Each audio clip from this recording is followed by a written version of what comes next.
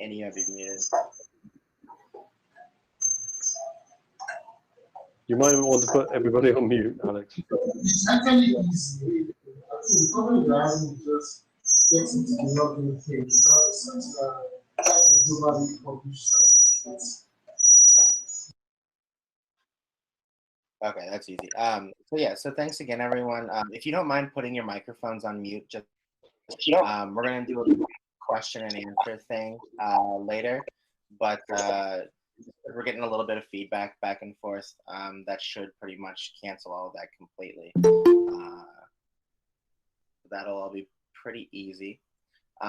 There is a chat feature in the bottom right hand of this window. So if you have questions while we're going through this and you don't want to forget it, or you want to make sure we get to it and just have enough time to plan for it, go ahead and throw those questions in that chat, and that way we'll be able to, if it makes sense to address it right then, we will. If it makes sense to whip it, then we'll happily answer it when it's appropriate.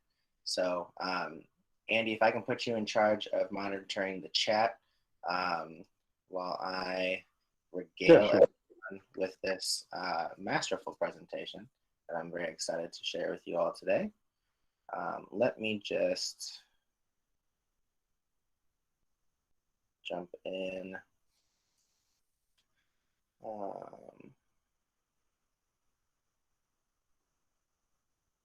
Give me 1 second while I figure this out.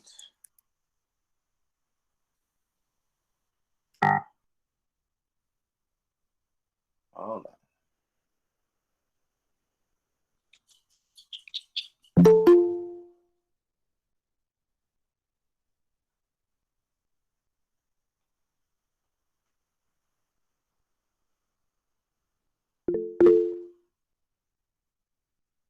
Okay.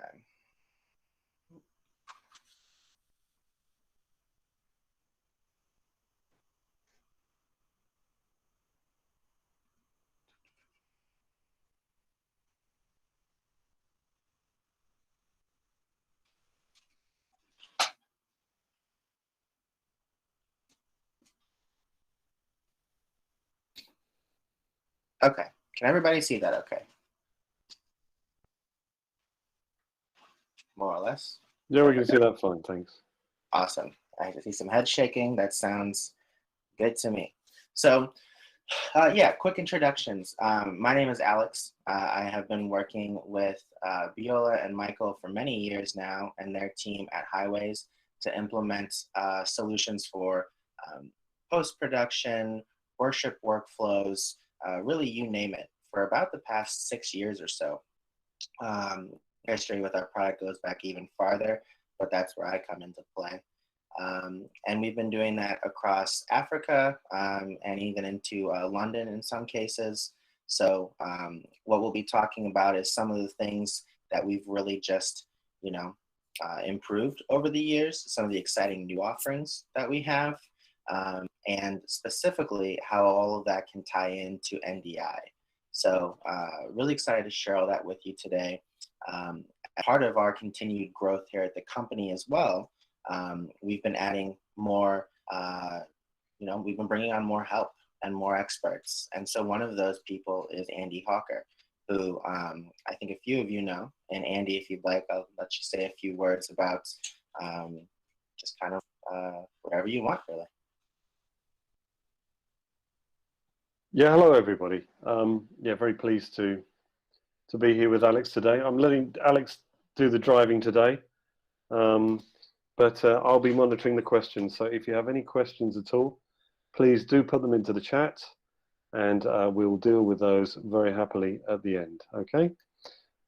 Thanks for organising this, Alex. Thanks for organising this, Biola and Michael. Okay. Beautiful. So without any further ado, let's talk a little bit about what we came here for. So we've kind of broken this up into 3 different categories for everyone. So we want to talk about one of the things that makes our solution so special, and that is Share Browser. We'll then talk about the solutions themselves, the Evo shared storage, as well as some of our remote workflows that we've implemented. I know COVID is kind of in the back of everyone's mind. It hasn't really left, unfortunately, anyone's mind for the past 18, 20 months now. And so, you know, in many ways, it feels like we're kind of in a different world in some aspects. And what we used to do might not work anymore, or, you know, while things may go back to normal, you know, knock on wood, here's hoping, it might be prudent to have a, you know, kind of a just in case plan if somebody should, in fact, find themselves in this situation again. So we'll talk about that and how it all can then be implemented into an NDI workflow, and the ways that we make that incredibly easy to make happen.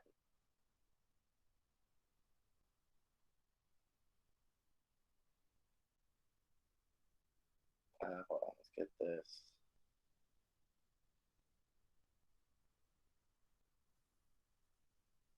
Yeah. So first things first is share browser.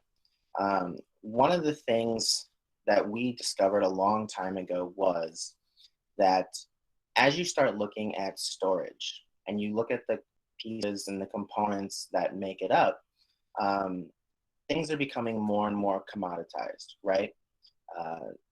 There are a certain number of hard drives, there are certain types of hard drives, and really everyone has access to those.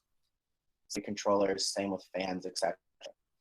So while you can expertly build something with those components, if you're depending on components to really make your stand rest, or to really then gain some sort of advantage, you're only going to be as good as those things, and you can't control them. So you're waiting on Hitachi to make a better drive so you can outperform your competitors or something of that sort. So what we did was we took advantage of the things that we could control and the things that we did have complete, you know, just sort of, yeah, control of the destiny over. Some of those are more integral to the hardware, like our custom OS, which is based off of a Linux kernel, but is completely different from anything you could ever buy and is purpose-based for video production. Another thing which we're seeing right here is share browser. So share browser has three distinct looks, as we can see by this little graphic. You can interact with share browser as a desktop client. That means you install it on your workstation, either your Mac or your PC, and you access the storage directly through a switch, through direct attach connections from the Evo shared storage over common cables like 1 gig, 10 gig, or even in larger installations, 25 or even 50 gig. So as much or as little throughput as you need, the Evo can absolutely handle. Another way in which we interact with share browser is through the web app. So we found more and more, you don't just want editors or the people dealing with ingesting to be the only ones to have this great kind of, you know, overall view of all the content. And especially if you need to have, say, you know, a post-production manager or a pastor look at some footage and give it the okay and say, yeah, this is what I think should go first, or, you know, maybe let's make some changes here. An easy way to give them access to footage on the Evo shared storage is through a web application. That means they can view it on their phone, on their tablet, on their laptop, anything that's on the same network. So it could be on the Wi-Fi of the building, but not necessarily directly connected to the Evo shared storage through, for instance, Ethernet cables. And then finally, we also have in-app extensions. So if you're at a service and you've got your NDI cameras set up and they're bringing in and ingesting feeds into the Evo, to compile those and give yourself, you know, different shots and that great look of just a polished production, you're going to want to obviously mix that in either Premiere.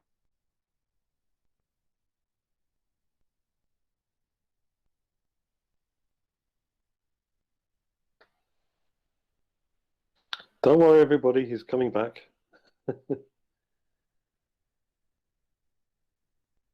Into that app. Oh. Are we back, Andy? Yes, you're back. You might want to turn off your camera, Alex. Yeah, let's go ahead. I'm just going to turn off my camera to save some bandwidth as we've got a lot of people on this call. Sorry, everyone.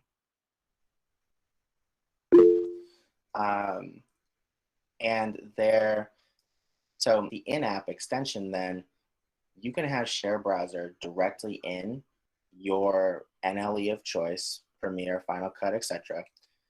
And then from there, you can simply drag and drop directly from hundreds of terabytes of Evo storage straight into the editor of your choice in one single window. You're not going back and forth. You're not juggling 9 different windows. Everything becomes incredibly streamlined and simplified.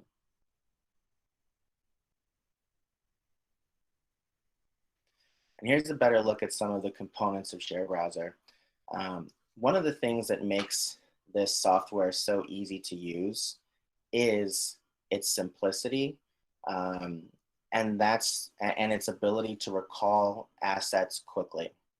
So let's say we've put in every single worship service that we've done for the past 5 years, but we want to pinpoint one specific Easter celebration. Well, there's going to be thousands to go through, and even over 5 years, there'll be at least, if you do 3 a day, that's 15 different Easter services to look at. And if you want one specific point where, a really good analogy was made, let's say, it might be hard to find. So as you're ingesting this footage, adding tags, adding comments to the footage, and, giving an idea to the search of how you want to pinpoint that search can really be helpful as far as, delving through the weeds, as it were, and finding the exact piece of footage you're looking for as quickly as possible. It kind of feels odd to say, but the ultimate goal of Share Browser is to get you out of Share Browser as fast as possible. Because while most programs that we interact with now, especially over social media, want to keep our attention for as long as possible, Share Browser says, hey, once you enter this software, we want you to find what you're looking for and then get to work. Get done with your day faster, put out more content, just be overall more productive and more successful, because, that's what's going to make you, more just, it's what's going to make you grow your congregation better. It's what's going to allow you to find, that piece of footage that really connects with someone. And so the more footage you get out there, the more likely it is that you're going to be able to, find that sweet spot for someone. Let's see here. So another really nice thing about the SNS Evo is that when it comes to NDI, we have a lot of pre-built things in the Evo that really make that process simple. So once you've gone through Share Browser and you've given everything the tags and comments that allows it to be easily searched, you can then go a step further and say, okay, let's introduce some macros, for instance. So if you guys are working with TriCasters, the ability to have the TriCaster with hot buttons or keystrokes send things from TriCaster to the Evo is going to really make for an advanced workflow. And as you can see here on the right side, or on the left, you've got your TriCaster interface. You've got your macros being triggered. And then on the right side, you have the NDI inputs and then where they're being played to. So you can have, you can kind of think of Evo as a centralized hub where NDI can come in and be stored, but it can also be played out from. So once you have all of this footage and you want to then recall it, instead of recalling it from the, 2 or 4 or 8 terabytes of storage that's on a TriCaster, you could basically extend that TriCaster storage with our system seamlessly and turn it into hundreds of terabytes of storage. So instead of just having your favorite few clips, you can have every single clip all at your fingertips, all at any given time. Here's a closer look at that interface without the inputs. And one of the things I wanted to highlight here was just how easy it is to kind of see what's happening. Again, this is a solution that we've built that's designed for incredible ease of use. We grew up in the post-production world, and we're a company from the United States. And so, as you may or may not know, in the US, there are a ton of small companies where there's maybe 3 or 4 creatives, and they're trying to put a message out. But what they don't have in many of these cases is an IT professional to help them with complicated interfaces and commands and all of those things. So I think everyone then benefits off of our experience with those types of companies, because now, as many of the churches may have an IT specialist, it's going to make it that much easier for them to manage this system, to make sure everything works correctly, and spend their time working with other things that are maybe more complicated, by their very nature. We want the Evo to be easy and to just really forget about it in the background. It does its job. It does it for many years, and any issues are minimum.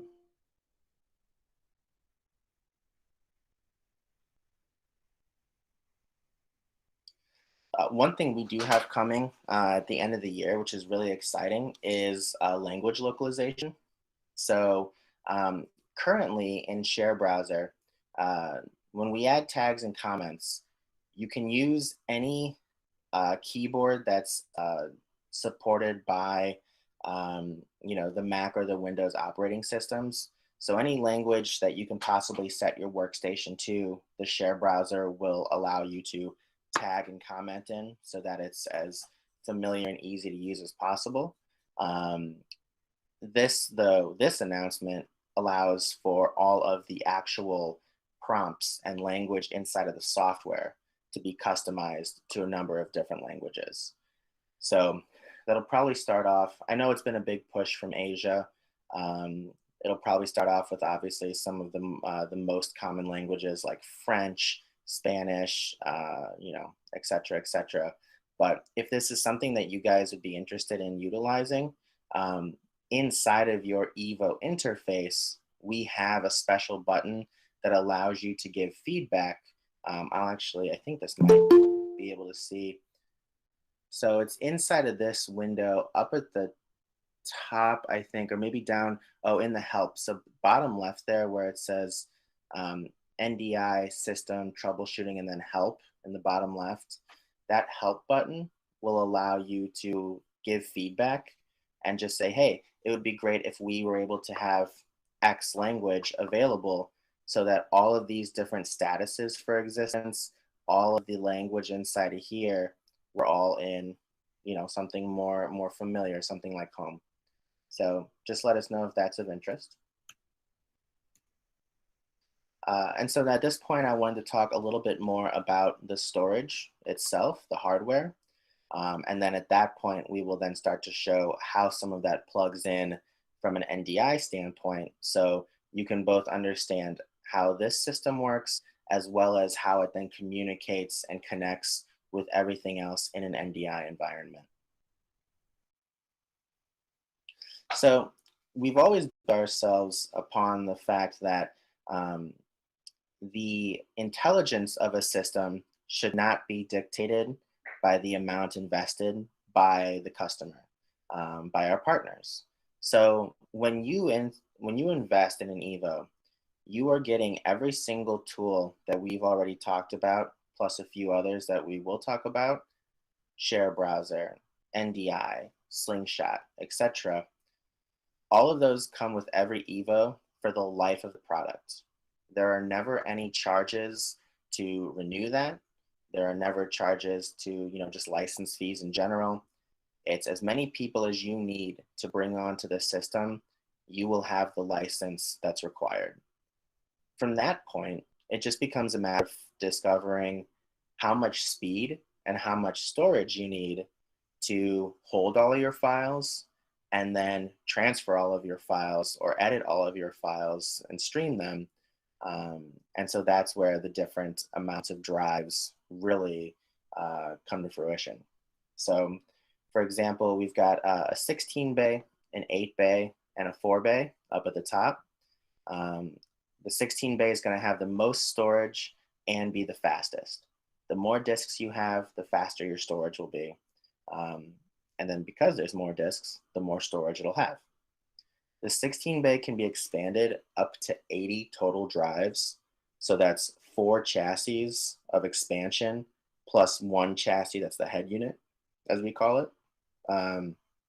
You can then also, if you want to, spread that across multiple different nodes, as those would then be called, and then expand easily into multiple petabytes of storage.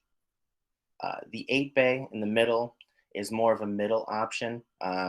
That's one that we have a lot of success with in Africa and in the Mediterranean. It is a really great balance of both speed and storage, and also a great cost point. And it is also expandable. You can add a total of 16 additional drives, making that a 24 drive solution. So, and we use the largest drive that we use is a 12 terabyte drive.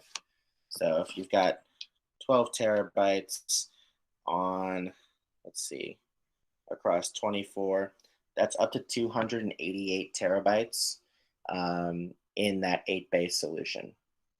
And then finally is the Prodigy, and that is going to be a fantastic mobile unit, or just kind of a, a small shop unit, if you will.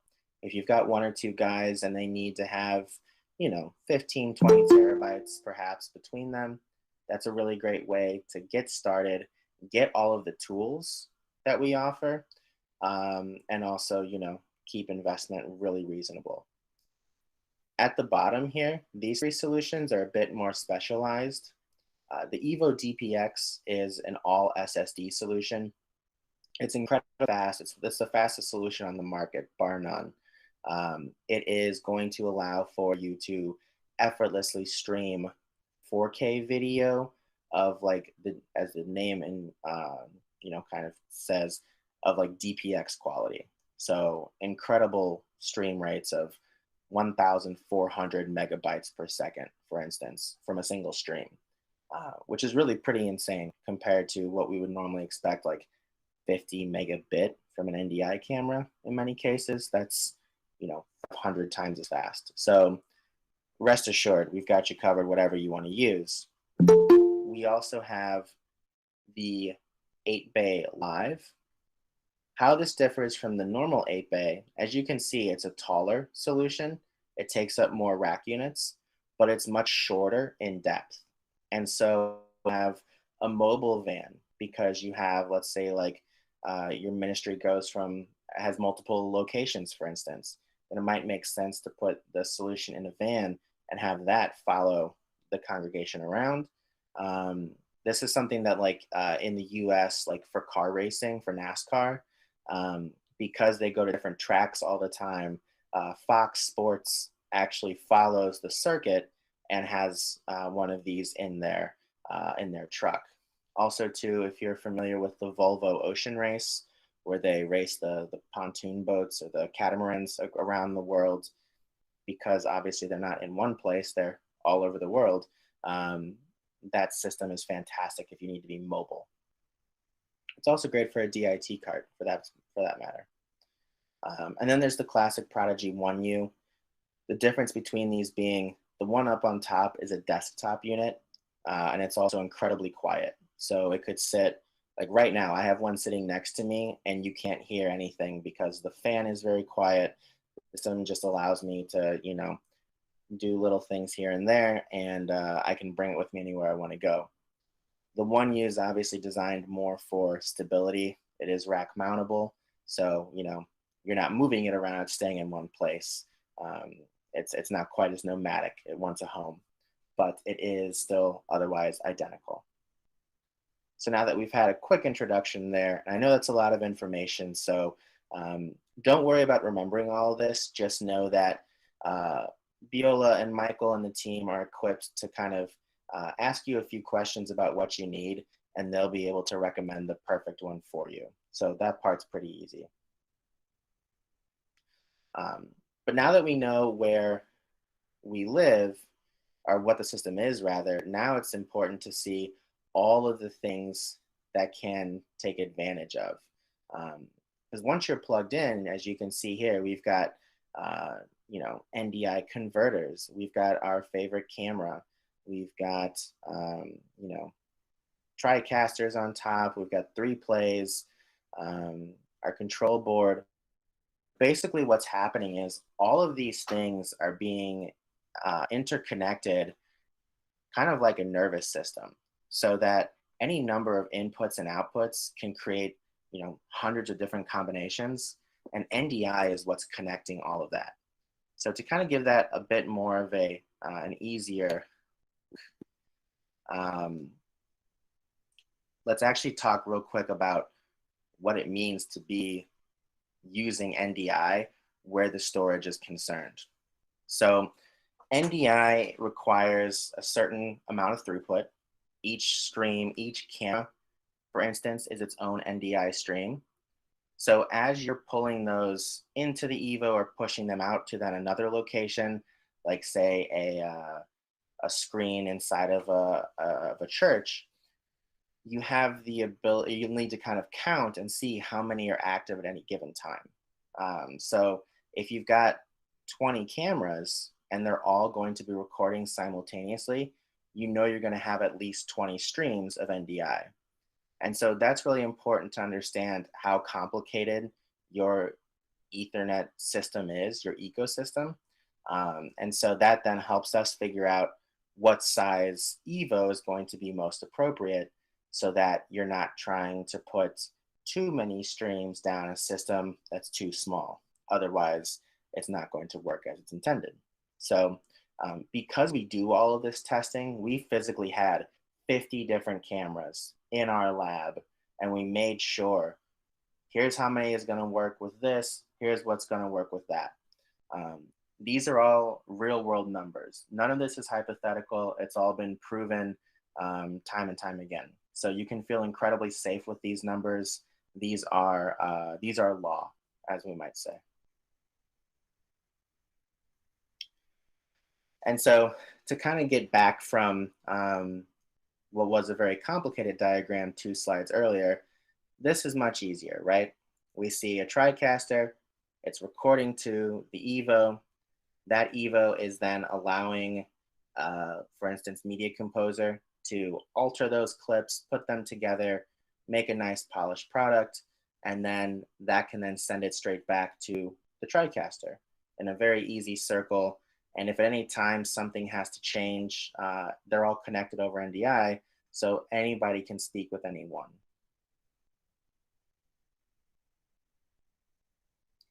Here's a more complicated look.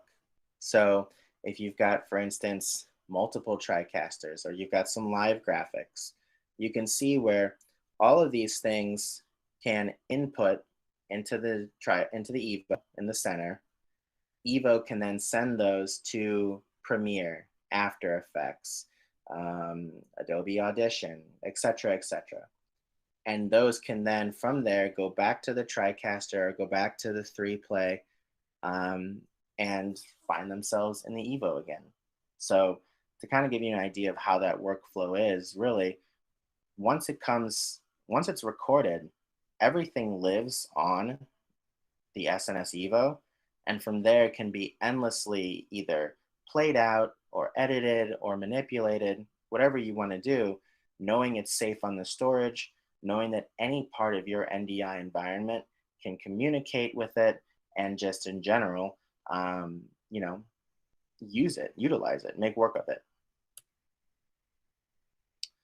So this is kind of another view here. You can see a lot of reading and writing is happening back and forth.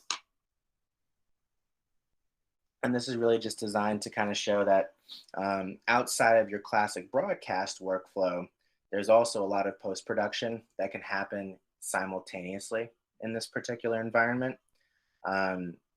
It's interesting because we come from post-production historically. You know, we originally worked with audio workflows, and then we started working with video. And we've been doing, you know, we've been around for 23 years. We've been working with video for about 20 years, and we've been doing broadcast for about 5 years. So as we grow as a company and learn more, we're able to then kind of form these workflows and combine them, because we're seeing more and more of our customers are trying to gain additional efficiencies, you know, gain economies of scale. And so if they can have one solution to service both their post-production and their broadcast needs, especially as we see those two workflows tend to bleed into each other already, having a system that then supports that really becomes a no-brainer. As we mentioned before too, in many cases, it makes sense to have an Evo have a switch. So that switch will basically, Evo connects to the switch, and then the switch provides the appropriate connection to a workstation or to another NDI camera, device, etc. The Evo is also able, though, to have a large number of ports directly implemented on the system itself. So in many cases, if you don't have a switch yet, or if you have a very old switch, we might be able to replace that altogether and just have the Evo be its own switch, essentially. So again, as you're speaking with the gentleman at Highway, they'll be able to kind of understand what might be best for you. Andy is then definitely able to consult on that as well and just make sure everything is going to fit you best before we then provide ultimately a solution to fit that environment.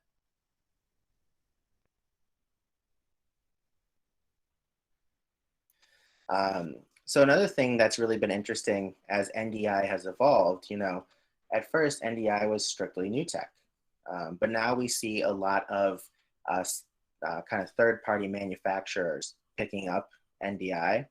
And the great thing about the Evo is that we don't care who's either the NDI input or what the output is. As long as it's using NDI, the Evo is going to work with it and support it in the same way. So if you're using PTZ cameras or bird dog cameras, those are going to look identical to us as like a new tech camera would. And if you want to use, you know, some of the kind of in the field tools that like LiveView might provide, that's something that we can absolutely work with as well.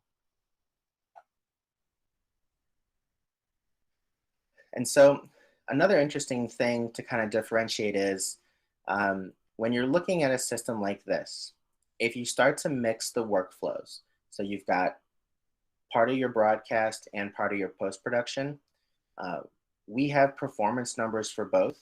Just know that these numbers here are if everything is in the post-production side, if we're putting all of our effort towards streaming, you know, DNX or ProRes. So if you're doing NDI at the same time, just know you'll have to build in additional to that.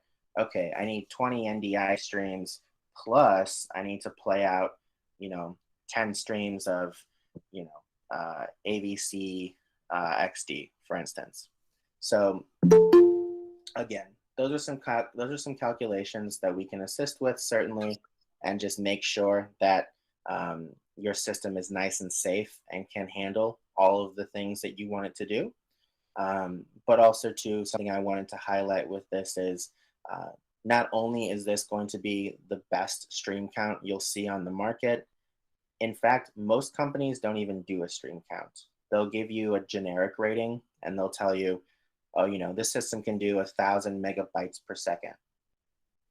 That's helpful, it's not useless information, but what it does ignore, unfortunately, is that each of these different codecs that we see on the left side here, they have different CPU overheads, they have different compression rates, and a number of other factors that makes that 1,000 megabytes per second, as an example, um, very difficult to then say, oh, if we just do simple math, 25 megabytes per second divided by 1,000, it's going to do X number. Well, it doesn't account for the compression, the overhead. And so in many cases, what we see happening is our partners will invest in a solution before talking to us, and it will be underbuilt 90% of the time. Because in theory, it should do the workflow, but in practice, it doesn't, which is why the way in which we test these numbers is so important.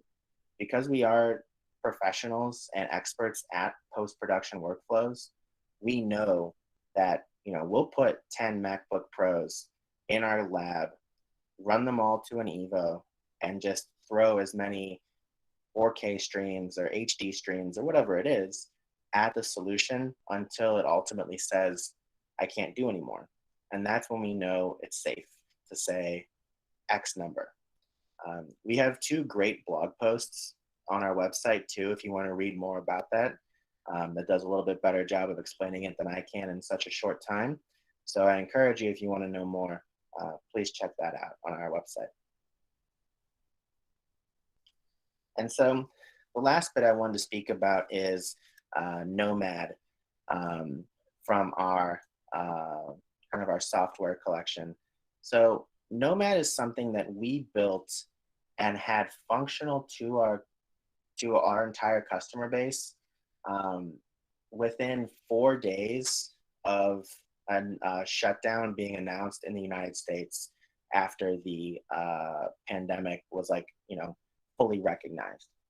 And so what that means is, because we have full control of all of our development, because we are the masters of our destiny in that sense, we can react to what's happening in the world extremely quickly, and just make sure that you have a solution that does what you need when situations change, and in this case, on a global scale. And so what Nomad is it's a plugin for your Evo that allows you to remove or to edit remotely from just about anywhere in the world. How it's going to do that is we're going to basically leverage a classic push-pull workflow. So when you ingest to the Evo can automatically create proxies through another portion of Evo that we call Slingshot. So that's our automations engine that's, again, included with every single system. With those proxies then, and we're talking about a H.264, probably about 3 to 5 megabytes per second, depending on some settings, you can then leverage a Wi-Fi connection and pull those files down to your home computer or wherever home is. It could be a hotel room, it could just be a branch office thousands of miles away in a different country. Doesn't matter. You can then edit on your computer locally and then push to that Evo once you're done through that same proxy. When the Evo receives that proxy, it will then conform it to the original footage, again, based off of an automated command. And then you have the finished product in the beautiful 1080 or even 4K resolution, when in the whole time you were just working on a small proxy from home. So it's incredibly easy to use. It's incredibly easy to set up. Our support team can set it up for you, so you don't have to worry about being a pro in any of those senses. To give you a bit more of an idea, so we've also got some enhanced workflows with Premiere. One of the things a lot of our customers mentioned at the very outset of this was that with Premiere projects, sometimes a project can have a lot of files with it. So if you're sending a whole project over the internet to your house or wherever, I know, for instance, my internet connection couldn't handle that. That's just too much data to be transferring. What's great here is we can actually pull specific files out of that project based on what you truly need, which then helps lighten the load and makes it that much easier to get to your workstation and work from home or wherever that you are that isn't in the office. So again, that's some things that we try to do to just, it's more than just storage. It's thinking about the workflow. It's enabling a workflow in such a way that, it really is an entire workflow solution, not just a shared storage. And so you can see here, there's a nice little diagram of how all of this is happening. So you've got your editors down at the bottom there, and they're all connected to the LAN. They then access the Evo. The Evo can then use its internal proxy.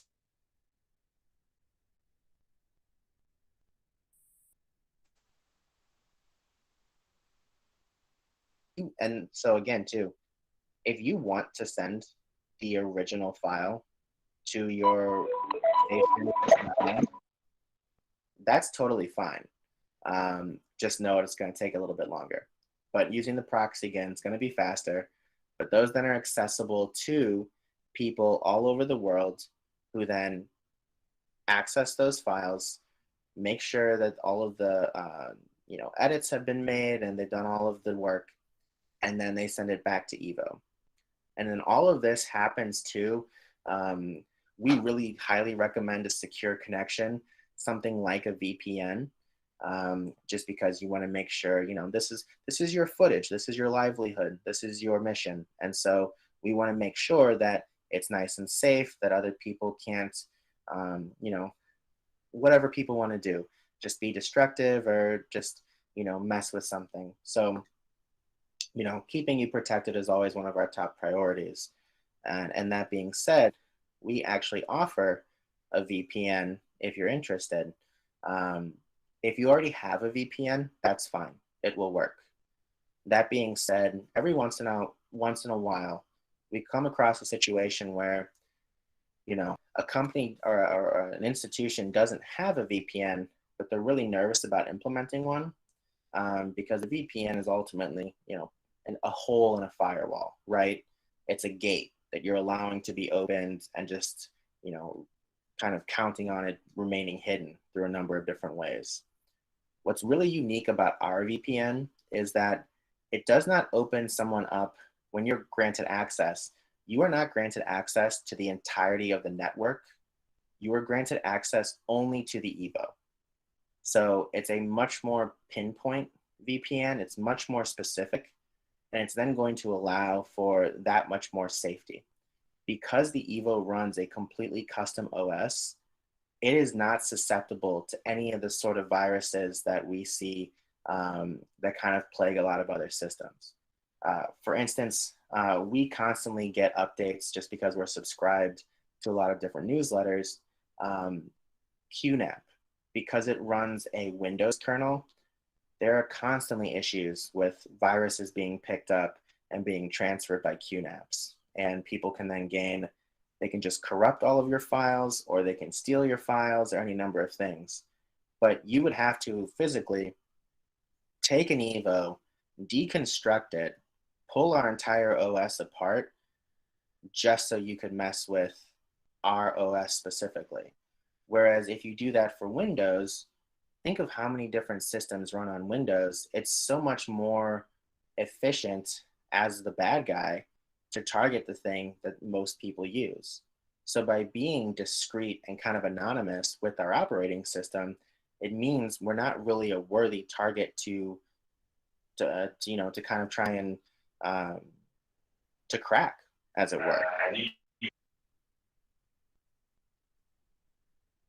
So when you combine then the SNS VPN with Nomad, it really makes for a safe way to transfer all of your footage, to work from home or to work from a different location, and make for a truly remote editing experience. Real quick then, I just want to stay conscious of the time here. I wanted to point out that we've got a fantastic case study on our website that talks about an NDI workflow. It was with Microsoft Channel 9. And what's so interesting to me about this one is, you know, they have all of the different things we've talked about: a TriCaster, an Evo, they've got Premiere and After Effects and Resolve. You know, we're all familiar with Microsoft. They work with all kinds of different areas. This Channel 9 is doing video game updates. They're doing just like social updates, new softwares that Microsoft's putting out, all kinds of things that they're informing their user base of. And the reason I really like this is because Microsoft obviously has the ability to build their own storage. There's a lot of shared storage that uses Microsoft's operating system. When Microsoft wanted to make their own NDI workflow, they came to us because they know that we have the tools. We've already done all the work. It's been blessed by NewTek, the creator of NDI, and it works. So why reinvent the wheel when this one rolls so well? Last thing I want to talk to you guys about is support. So as we all know, everything looks good when it's in our shopping cart, you know, whether that's at the store or on Amazon or whatever. Sometimes you get it home though, and it's a bit banged up. Sometimes a year later, there's an update that happens and it doesn't work anymore. And I think we've all been through that experience where it worked so well until one thing changed, and now we have no idea how to get it back to where it was. So one of the things that we've made our absolute mission is to make sure that all of our installs have support for life at the level in which they decide to opt for, right? So every Evo has basic support for the life of the product. That means with basic support, you can send us an email, it'll start a case in Zendesk, and through Zendesk, we can coordinate with you the ability to pull logs from the system. We can team viewer into a workstation, manipulate things from there, and just in general, give the system a checkup, find out what's happening, and fix the problem. In 90% of cases, what looks like a storage problem is actually a problem with a switch or a workstation not having an optimal setting that's causing an issue, or it could be a hardware failure like a converter, like a 10 gig to Thunderbolt converter, for instance. We see a lot of issues there. But what makes us unique as a company is that just because the Evo is okay doesn't mean your workflow or your entire network's okay. So we'll find the issue in your network and we'll help you solve it, or at least point you to who can help you solve it. So that's a very distinct thing that we do that's quite unique in our operating space. We also then offer standard and premium support. Standard support includes the ability to call our support team because, at least in my opinion, a lot of things are easier to communicate, instantly through voice as opposed to trying to email back and forth and interpret this and that or whatever. Premium support adds a 24/7 aspect to that. So as I know many of you are anywhere between 6 to maybe even 9 hours ahead of us, geographically depending, or time of year or whatever, we want to make sure that you're not stranded for a big portion of your day while all of us Americans are just sleeping, right? So the 24/7 aspect then opens up our support guys to you at any time of day, whether it's convenient for you or it's convenient for us, neither, both, whatever you want to do. That being said too, we also do offer training.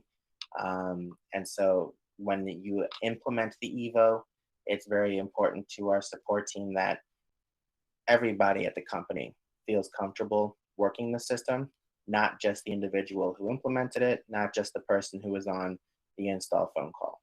So that's how that works. So at this point, I know we've got a few minutes left, as long as anybody wants, so don't feel, you know, like you have to rush, but I know other people may have to leave. But at this point, any questions we have are greatly appreciated. Before we do that, maybe I could just summarize with a few words then. Okay, Yeah. Thanks very much for that, Alex. That was great, very comprehensive.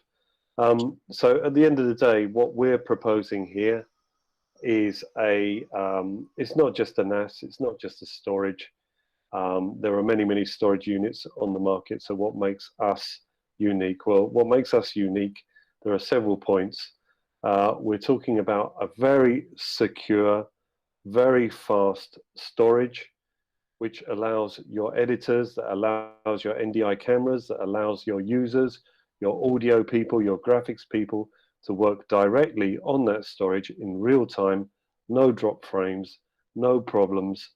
And apart from that, we are adding to that this layer of media asset management on top, which creates a proxy of all of your media. Now that is extremely useful, as Alex explained, for working in your facility. It's extremely useful for archive purposes. If you need to archive a lot of content, you need to be able to find that content in the future. So having that proxy will allow you to find that content. It'll allow you to add, it'll allow you to catalog, to add notes and comments to that content, so you can find that in the future. All of you are effectively generating your own content. Okay, that means that the value of what you provide is in the content you generate. So you have to be able to find that content. You can't just have it laying around on hard drives. You can't have it sitting around in different people's computers. Okay, it's much better to have it in a very safe place, a very fast, very solid, RAID protected Linux storage. Okay, so we've got the storage, we've got our media asset management. The media asset management can be used locally, it can be used remotely, it can be used by pastors, it can be used by producers. Anybody involved in a project can view your content if you give them permission. We've got our remote workflow tool, as Alex explained, so users can work in other parts of the world, they can work in other countries, they can, if necessary, they can work from home. That's something else, that's another door or workflow door that we're opening up to you.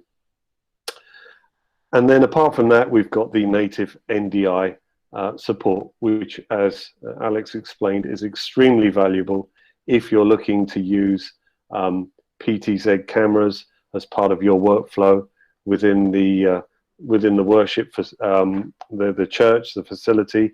You may need to be ingesting from a number of different cameras. You may have a new tech, you may have another device.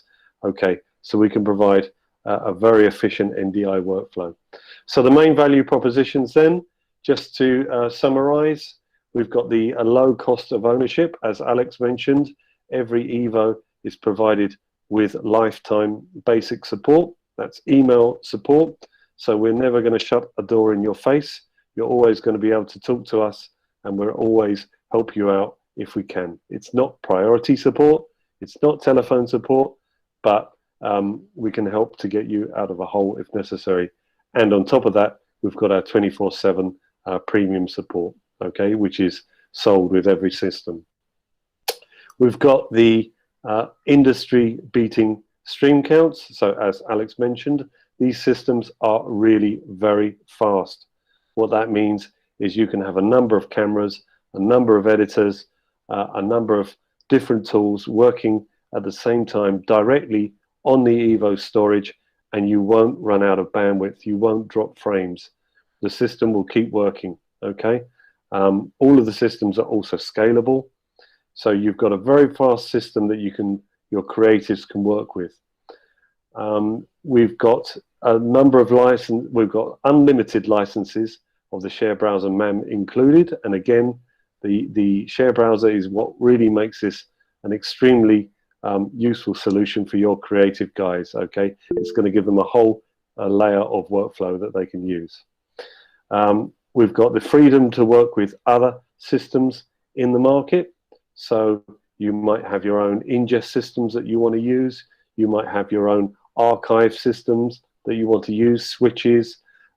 We can work with all of those tools. They don't have to be our tools. We can work with others. We've got a very powerful API. We can work with other people's systems. Also, the system's integrated with various cloud-based tools such as Azure, Wasabi, Dropbox, Amazon S3. We have an AI integration with Amazon S3 recognition, which means that you can push media up to the cloud. Amazon will analyze that media and will log that content. So it'll add all the tags that you require for that content within our database, within our share browser MAM. So that becomes very easy for you to find in the future. You're looking for a sermon, you're looking for something that happened 6 months ago. Well, if you can remember what's distinct about that particular event, then there's a good chance that that the Amazon will pick up on that, and that will become a searchable log. Okay. And I think possibly the most important thing to say today is that we've been in the market for 23 years. Okay, we are the storage of choice for some of the top players in the media and entertainment industry. We work with HBO. They use our systems. Fox, Google, Universal, Disney. Alex mentioned Microsoft, Apple as well have Evo storage and use it on a daily basis. Netflix originals, all of these people are using our storage, and on top of that, we have an OEM agreement with NewTek and also Ross Video. So they are also confiding in us and in our storage, and they use it. They sell that onto their customers as their own badged product. Okay, we have a question from Oluwatosin. So you can either ask me verbally or pop it in the chat. What would you like to say, Oluwatosin?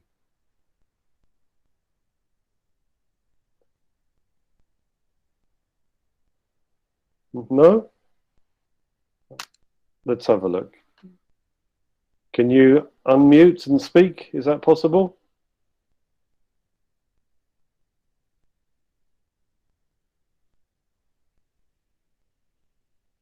No? It does look like that, per the chat, happy birthday to Michael, who's just turned 21 again. Oh, come on. Michael's 25. Everybody knows that. Just pretty excited. 21. I've heard that one before. You're at least 25 and a half. Well, thanks, guys. Whilst we're waiting for Tosin, thanks so much, Alex. It's really, really wonderful presentation. And Andy, good to see you. I don't see no suntan, but it's really hot here. I've got two questions, really. My first question is that does the Evo needs to be NDI enabled for us to do the recordings right across to them? I say that because except you got a whole bunch of NDI devices. If you're just recording straight from your TriCaster to the Evo, I take it 10 GB port, I think is enough to be able to record straight into them, right? Yeah, so the 10 gig will definitely be fine from a, just from like a hardware standpoint. It'll be able to support it. It'll have enough bandwidth to make all of that happen. I would definitely recommend if we've got NDI in any facet of the organization, we should really enable the NDI in the Evo. So yeah, that would be kind of my recommendation there. Well, why is that? If you just got one singular recording feed, well, why do we need the NDI? Yeah, if you want to record over NDI, we need to make the Evo NDI enabled. If you don't want to necessarily do over NDI, then we don't need anything. So that would just be if you want to just do like a straight SDI or something like that. That's perfectly fine. Okay. So Michael, it's very normal for an ingest system, an ingest server, taking HDSDI inputs to be able to ingest directly onto the Evo as if it were like a Z drive. Okay, so that's perfectly possible. Okay. My other question is, we come across this all the time. Do we necessarily need to have an Evo with a large hard drive, especially if we're talking about working with a lot of post-production guys? Say we have like a 16 or even like 24 TVs. Would that be good enough to actually let these editors work together, rather than maybe pushing for like 32 or 64 dBs like people usually ask for?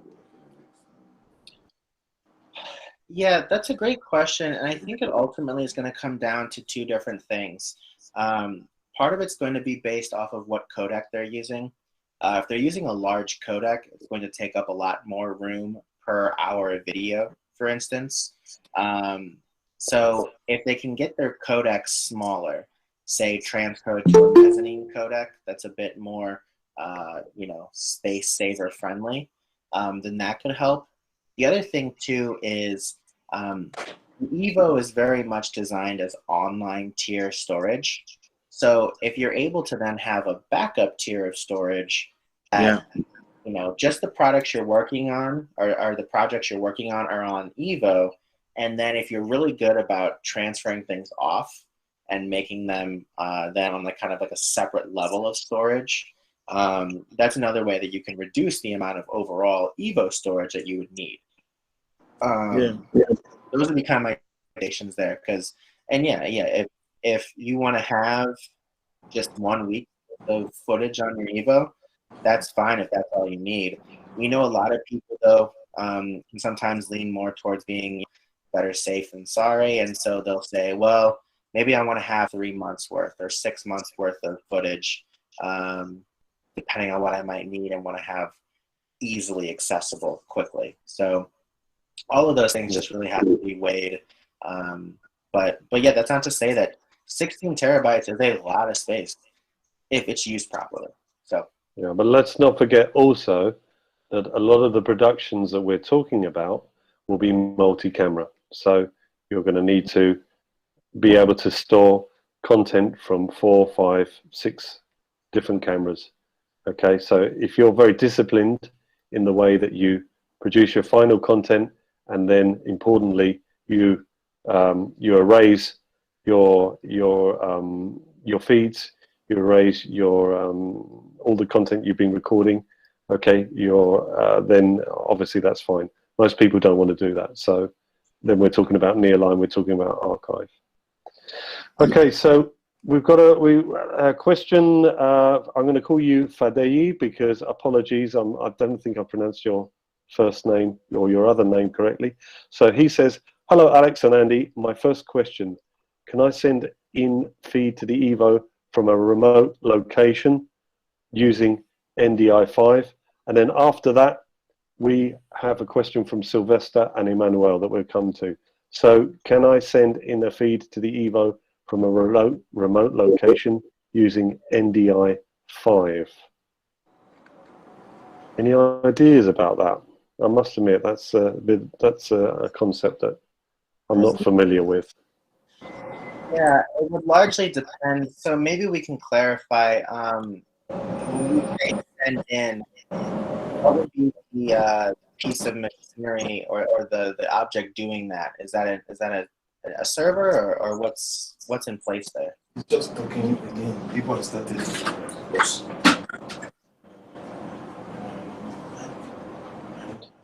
I think possibly one way that we could talk about or we could discuss achieving that kind of workflow is a kind of workflow that we perform with Live View.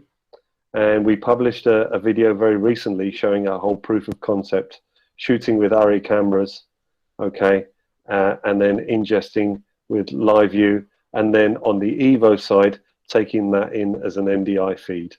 So that's one way of doing it, using a Live View, using 4G, but a remote ingest via NDI, as far as I can understand, is not something that can be done because that's more of a network thing So obviously, if it's remote, we're talking about not having a network between the Evo storage and the NDI ingest device. Right. Okay. But anyway, I can share that. I'll share that with you, Michael. The whole live view workflow, and you can share that with the attendees. Okay, so over to Sylvester. I think you were next, Sylvester. You have a question for us? Yes, I have. I was to ask, do you have a preview? Like I can have a preview via my mobile application, a mobile app for preview instead of me using my Mac or Windows computer. Yeah, so the share browser, so it comes in 3 different form factors, one of which is a web form factor. So yeah, like on an iPad or on a laptop, you would definitely be able to log in with your credentials. You can then have the ability to see different pieces of footage, because also too, like if you want to do that for yourself and have full access to whole Evo, that's great. If for other people you want to enable that, but only limit what they see to a small portion, like maybe it's a client, maybe it's somebody who you're just trying to keep informed on one project instead of all your projects, you can then limit that visibility so that they can only see certain things. So depending on what you want to do that, they're absolutely possible, and just know that you have the ability to kind of, you know, determine the scope as you see fit of what they can see from the mobile app. Okay, thank you. And last one is, if for example I've set the 16 bay and 8 bay, and we add another 8 bay on it, might seem possible. So I'm sorry. So so between the 16 bay and the 8 bay, can you repeat that last part again? If we can add another 8 bay on top of what I have. Oh, gotcha. Yeah. So both of those systems are expandable. And yes, there are 2 different ways that you can expand the solution. So if you have, you know, let's say you have an Evo already, if you want to put an expansion on that Evo, all of our expansions are 16 bays, but you can only fill 8 drives if you'd like to. You can half fill it. Otherwise, like let's say you invest in an 8 bay and then you want to get another 8 bay. We have a lot of our customers who do that. Just understand that those will be 2 distinct file systems. However, from the management side, we make that really easy, because then we can say from a single pane of like Internet Explorer, for instance, or your favorite internet provider, we can manage multiple Evos from the same space, from the same admin panel. So yeah, either way, we can definitely do it. It's just a slightly different network architecture that then becomes intrinsic to either one of those. Okay, good. Then we've got another question from Olawale. What is the subscription for the AML features of the Evo? I guess he means the media asset management features of the Evo. So the subscription model is they're included free of charge, unlimited licenses. You won't have to pay any extra for them, not now, not 3 years from now. You can just keep adding users, and that's it. Very, very simple. That includes the media asset management, that includes the remote workflow tool, and that also includes the automation tool, which Alex mentioned yesterday, which can be used for moving media, can be used for creating proxies. It can even be used for transcoding media as well. Okay, that's all included free of charge. He also points out that Avi West has an excellent NDI output in native NDI that works great with Evo. So yeah, great, very similar workflow to the one I described earlier with the live view. You can also do that with Avi West, which I think is the French sort of equivalent. Yeah. Okay, do we have any more questions from the floor? No? Okay, Fauzia, how are you, Fauzia? She's fine, but she's on mute. We can see you're saying something very interesting, but we can't hear it. There Hi, it is. how are you? Yeah, very well, thanks. Yeah. Yeah, I am sorry I joined in a little bit late and I just needed clarification. I don't know if you had already talked about it. The NDI native recording. How many channels can you record at a go? Right. Great. Well, there's no limit, Uh-huh. so we're not telling you can do. It really is a question of what the bandwidth, the number of streams that the storage can support. Alex showed a graphic earlier, which depicted different standards of NDI, from the lightest to the obviously the heaviest, and how many streams they can support. But there's no fixed limit to how many streams you can support. It's just a question of how the system is scoped, scaled for the particular NDI EHS. So, but typically, if you're looking at a project with 8 cameras, you won't have any problem at all. More than 8, even, it's not necessarily going to be a problem. But that's a very good question, and we would need to know when we're doing any pre-sales qualification for a project, how many streams is the system going to have to deal with? NDI streams, editing streams, Adobe Premiere streams, how many editors are going to be using it, what codecs they're using. All of this stuff is really important for us. Okay? Yeah, thank you. Good. Thank you, Fauzia. Thank you to you. And safe driving, yeah? Thank you. All right. Do we have anything else? Anyone with something else to ask? No, I think... Moses asked if we can send the PowerPoint presentation out. Yes, we absolutely can. So we'll make that available. We'll send that over to Michael and his team, and then they can distribute that as you guys need. Okay, fine. Well, I'll leave it to you to sign off then, Alex. Great. Yeah. So yeah, if there are no more questions, I just wanted to say thank you all so much for your time. Again, I know this is a lot of information and it covers just about every facet of your workflow, so it's a lot to take in. What we can do from here too, if you want to talk in more specifics about your specific situation and how you want things to work or the problems that you're specifically having, Andy and I are always available for more personalized either demos or just consultations that Michael and Biola can help schedule for us. So together, all three of us can kind of just go through bit by bit your workflow and just make sure that we understand all the ins and outs and that we can get the best solution built up for you.